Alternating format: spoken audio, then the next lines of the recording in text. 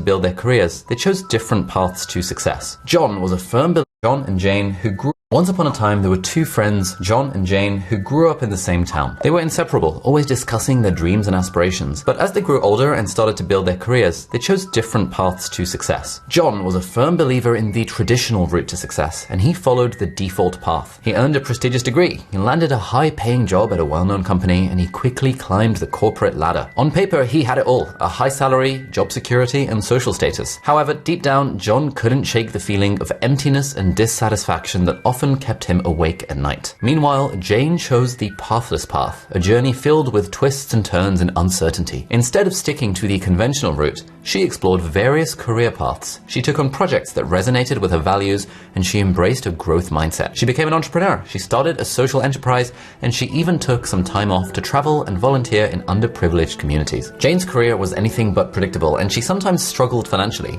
However, she felt a deep sense of fulfillment and purpose in her work, knowing that she was making a difference in the world and living life on her own terms. These two things, the default path and the pathless path, are two of the concepts that Paul Millerd contrasts in this book, The Pathless Path, imagining a story, a new story for work and life, which is the subject of this episode of Book Club, which is the ongoing series that we've been doing now for 3 years. The ongoing series where we distill and discuss some of my favorite highlights from my favorite books. Now, this was one of the most impactful books that I read last year, and it really gave me the terminology and a few mental models and almost permission to explore a non-traditional career path.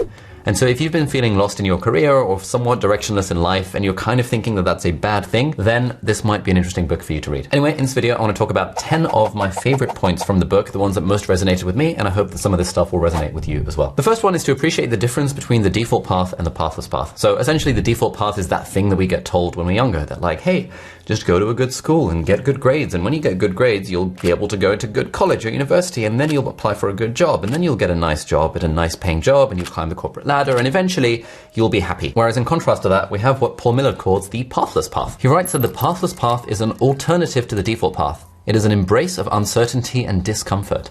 It's a call to adventure in a world that tells us to conform. For me, it's also a gentle reminder to laugh when things feel out of control and trusting that an uncertain future is not a problem to be solved. Now, I love the terminology here, this idea of default path versus pathless path, and it really kind of helped me in my own life, because when I took a break from the traditional default path of medicine to embrace this like more pathless path of being an internet entrepreneur, YouTuber-y type thing, I was always kind of racked with a sense of like uncertainty, that like, I don't really know what my life is going to look like. And I'd have conversations with my mom where she'd be like, what's your plan, son? And I'd be like, honestly, I don't know. And she'd be like, there's a lot of uncertainty in this kind of entrepreneurial career path. And every entrepreneur and creator and author even that I've ever spoken to on my podcast or in real life has vibed with this idea of uncertainty when you're doing your own thing. And what I like about Paul Millard's book is that it really explores where this fear of uncertainty comes from. And even just having that terminology, that saying that like, hey, the default path is certain, where you kind of know what you're doing, you know what corporate career you're on, whatever field that might be in, is actually very different to the pathless path, where you're trying to embrace uncertainty as much as you can. Now, speaking of uncertainty, the next point that really resonated with me is the idea of the certainty trap. And that's this idea that often we will suffer through kind of not really enjoying our jobs or not enjoying the thing that we're doing, but we'll trade that lack of enjoyment for some amount of certainty. Like, I don't enjoy the job that much, but at least I know that I'm going to be in this place for the next 12 months. We often value certainty and security over potentially following our dreams and doing the thing that most resonates with us. Now, obviously, if you have a family to support and you've got dependents and you've got people relying on you, there is an extent to which you have to go for that. You have to optimize for security and certainty because you've got a mortgage and bills and a family. But if you're like me or most young people that I speak to and you don't really have dependents who are depending on you financially, then in that context, our default behavior still seems to be, for a lot of us, to default to the default path. And what Paul even says in the book is that with so many options out there, with all these options that we have, with all the different careers that we could do, it can be tempting to pick a path that offers certainty rather than doing the harder work of figuring out what we really want. Now, the other thing that we could want rather than certainty is prestige. And that brings us to point number 3, which is the prestige trap. Prestige, broadly defined as the attention that you get when you do things that other people see as impressive. And often when we're deciding what to do with our careers, we default to the thing that is more prestigious. And there's a nice quote from Paul Graham, who's the founder of Y Combinator, which is a startup incubator. He says that prestige is a powerful magnet that warps even your beliefs about what you enjoy. And this is so true. Like, I've experienced this, all my friends have experienced this. When you're in a prestigious career, it's very easy to convince yourself that you're actually enjoying the thing, but what you're actually enjoying is the social status, the accolades, the admiration, the fact that when you tell your aunt at that party what you do for a living, she says, oh, that's interesting, isn't it? Whereas the people who are more on this pathless path, like I would struggle to explain what I do for a living. I used to be a doctor, and then I disappointed my mum when I became a YouTuber. Most of my friends who are entrepreneurs would struggle to explain what they do for a living. And these days, in fairness, the whole like entrepreneurship startup thing has become a bit glamorized to the point that there is some amount of like old world prestige associated with being an entrepreneur. But like the point is, prestige is a trap. And one of the things I took away from the book is that whenever I'm making a decision that happens to also be in line with prestige, I need to be very careful about my motives. Now, point number 4 is about our modern relationship with work. And the idea here is that our modern relationship with work is quite extrinsic rather than intrinsic. We often view work as a means to an end. Whereas what philosopher Andrew Taggart says is that if we're actually optimizing for meaning and fulfillment, those things don't come from chasing external metrics of success. Those things come instead from treating our work like a craft and treating it as an end in itself, as a form of creative expression. And so if you can view your work in this way, you can view it where you value the work for its own sake, rather than being a extrinsically motivated kind of striving for some kind of reward, then you're way more likely to find meaning and fulfillment in that work. Now, one thing that Paul talks a lot about in the book is the idea of traveling and doing the digital nomad life if you're into that sort of thing. And actually, one of the tools that's really helped me when I've been traveling is in fact Surfshark VPN, who are very kindly sponsoring this video. And there were a couple of areas of my life in which I really appreciated having a VPN. The first one is if I'm trying to download scientific papers, academic papers from Sci-Hub, for example, super helpful having a VPN to mask my internet traffic to get around any blocks or any filters, anything like that. And secondly, when I'm traveling, often in different countries, they will just randomly block different sites, or like hotel Wi-Fi's won't allow you to access certain types of site. Reddit is often banned in some of these Wi-Fi networks. And so being able to connect through a VPN, which kind of anonymizes and masks your traffic and encrypts it, means that A, no one can snoop what you're doing on the internet, but B, it allows you to get around those sorts of filters. And I'm going to be honest, so Surfshark actually reached out over a year ago and then wanted to sponsor some videos. But at the time I said no because I honestly didn't use a VPN at the time. But since then, I've actually been using Surfshark VPN for all of these different use cases. And so we reached back out to them and said, hey guys, would you be interested in sponsoring this video? And they very kindly said yes. And they very kindly offered an exclusive discount for our viewers as well. And so if you go to surfshark.deals/Abdal, which will be linked down below as well, and you enter the promo code Abdal at checkout, that will give you 83% off the subscription and also 3 months of free access to Surfshark VPN. There is a totally risk-free 30-day money-back guarantee, so if you can try it out, and if you don't like it, you literally get your money back. It's completely risk-free. So check out the link in the video description, and thank you Surfshark for sponsoring this video. All right, so idea number 5 is the challenge that we all have in overcoming our ought-to self. This is essentially about the ought-to or the should voice in our heads. I should do this. I ought to do that. And on one hand, this voice is clearly a good thing because it helps us follow through on our commitments. But on the other hand, this should attitude can stop us from making important changes to our life. Like, I should keep working a full-time job. It would be weird if I didn't work 40 hours a week at least. I should stay in medicine because it's the more prestigious thing to do. It's the thing that's more worthwhile for society. Even if it doesn't particularly fulfill me, I should do it because I've spent all this time in training. I've sunk 6 years into it, whatever that might be. And there's that quote that goes something along the lines of, shoulding yourself too often leads to a shitty life. And the cool thing about this concept is that we don't have to eliminate all of the shoulds or ought tos from our life, but it does mean that we should recognize their power.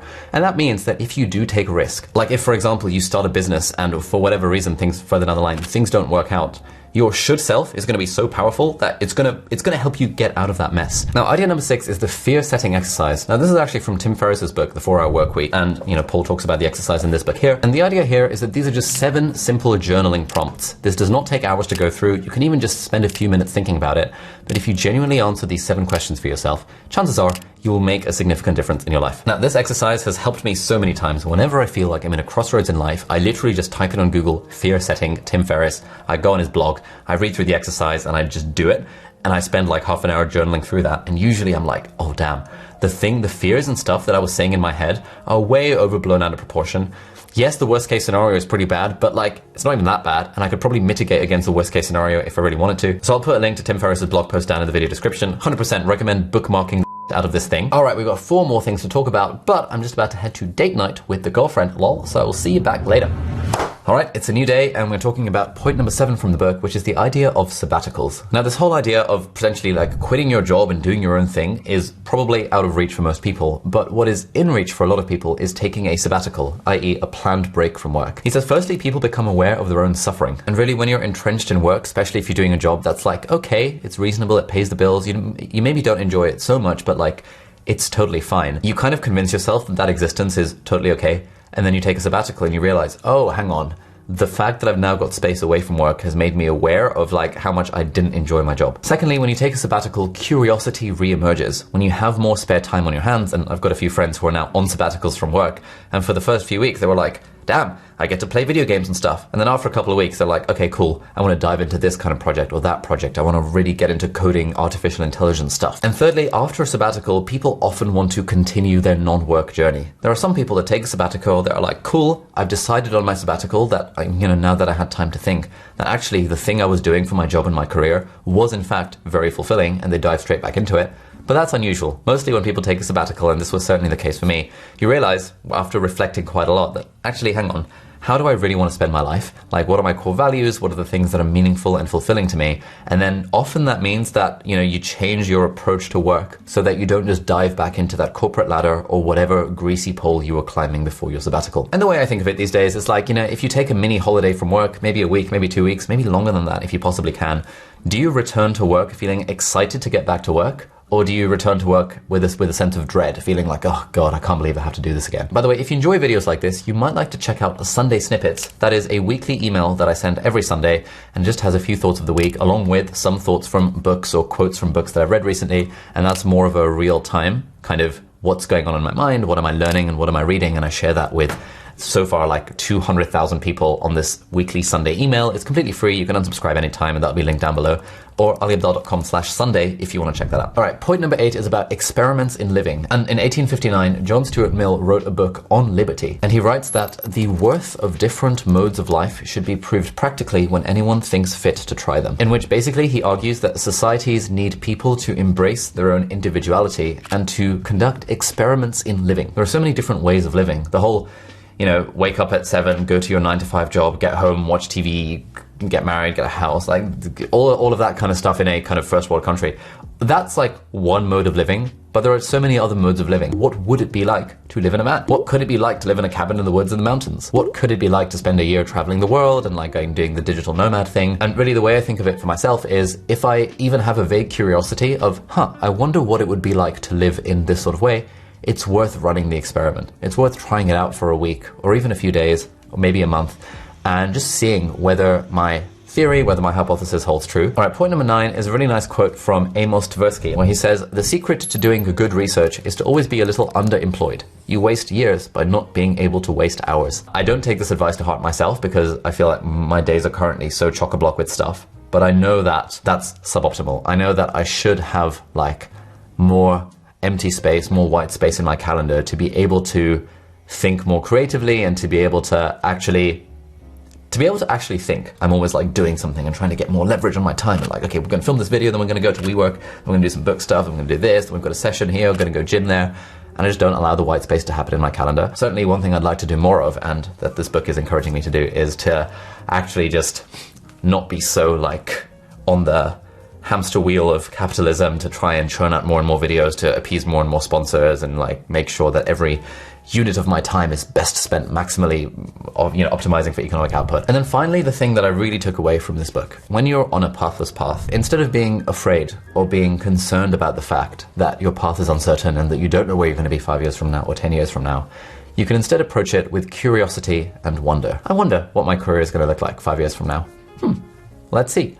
Let's see what happens, and we'll work towards it in a way that's enjoyable and sustainable, hopefully, and a correct course along the way. And as long as I'm operating from that place of curiosity and wonder, then I trust that the financial stuff will take care of itself, or that something interesting will come about, because I'm operating from a place of curiosity and wonder rather than from a place of fear. So The Pathless Path was one of the most impactful books that I read last year. And if you want a list of the other 14 books that I really vibe with that I think you could read this year, then check out this video over here, and that will have a few more summaries. And you can see if you have any books, if there are any books in there that take your fancy. So thank you so much for watching, and I'll see you hopefully in the next video. Bye-bye.